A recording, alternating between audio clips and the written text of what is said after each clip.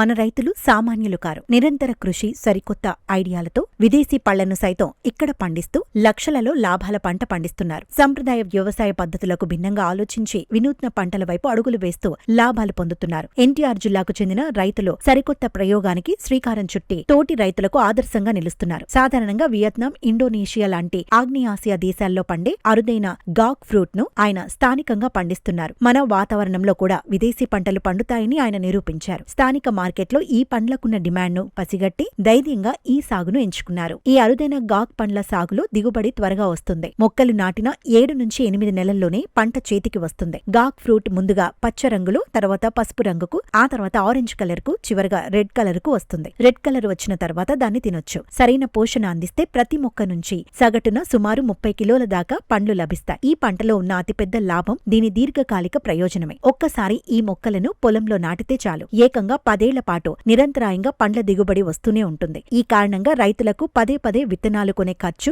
నాటే శ్రమ పూర్తిగా తగ్గుతాయి. ఎన్నో పోషక విలువలున్న కిలో గాక్ పండ్లను ఏకంగా 600 అత్యధిక ధరకు విక్రయిస్తున్నారు. దళారుల ప్రమేయం లేకుండా నేరుగా ఆఫ్లైన్ ద్వారా కొనుగోలుదారులకు వీటిని అమ్ముతూ గరిష్ట లాభాలు పొందుతున్నారు. ఆన్లైన్ టెక్నాలజీని వాడుకుంటూ వాట్సాప్ గ్రూపుల ద్వారా కూడా కస్టమర్లను ఆకర్షిస్తూ ఆర్డర్లు పొందుతున్నారు. వీటికి తోడుగా లులు మాల్ కు కూడా ఈ పండ్లను అప్పుడప్పుడు సరఫరా చేశారు. ఎకరాకు 400 మొక్కలు పడతాయని, ఒక్కో మొక్క 300 పడుతుందని రైతులు తెలిపారు. అన్ని మొక్కలకు పండ్లు కాయవని, కేవలం ఫీమేల్ మొక్కలకు మాత్రమే పండ్లు వస్తాయని వివరించారు. ప్రతి 10 మొక్కలలో 7 ఫీమేల్ మొక్కలు, 3 మేల్ మొక్కలు ఉండాలని తెలిపారు. అప్పుడే పాలినేషన్ చేయొచ్చని పేర్కొన్నారు. ఈ పంటపై వచ్చే దిగుబడి అంతా నికర లాభమేనని రైతులు ఎంతో సంతోషం వ్యక్తం చేస్తున్నారు. సరైన ప్రణాళిక ఉంటే వ్యవసాయంలో నష్టాలు ఉండవని శేషుకుమార్ నిరూపించారు. గాక్ ఫ్రూట్ కాస్త చేదుగా ఉంటుంది. పచ్చరంగు లేదా పసుపు రంగు, లైట్ ఆరెంజ్ లో ఉన్నప్పుడు తొక్క తీసి కట్ చేసి కర్రీ చేసుకోవచ్చు. రెడ్ కలర్ లో ఉన్నప్పుడు తొక్క తీసి పల్ప్ తో జ్యూస్ చేసుకోవచ్చు. జ్యూస్ చేసేటప్పుడు నిమ్మకాయ, తేనె లేదా బెల్లం కలుపుకోవాలి. ఈ పండ్లలో బీటా కెరోటిన్ అధికంగా ఉండటం వల్ల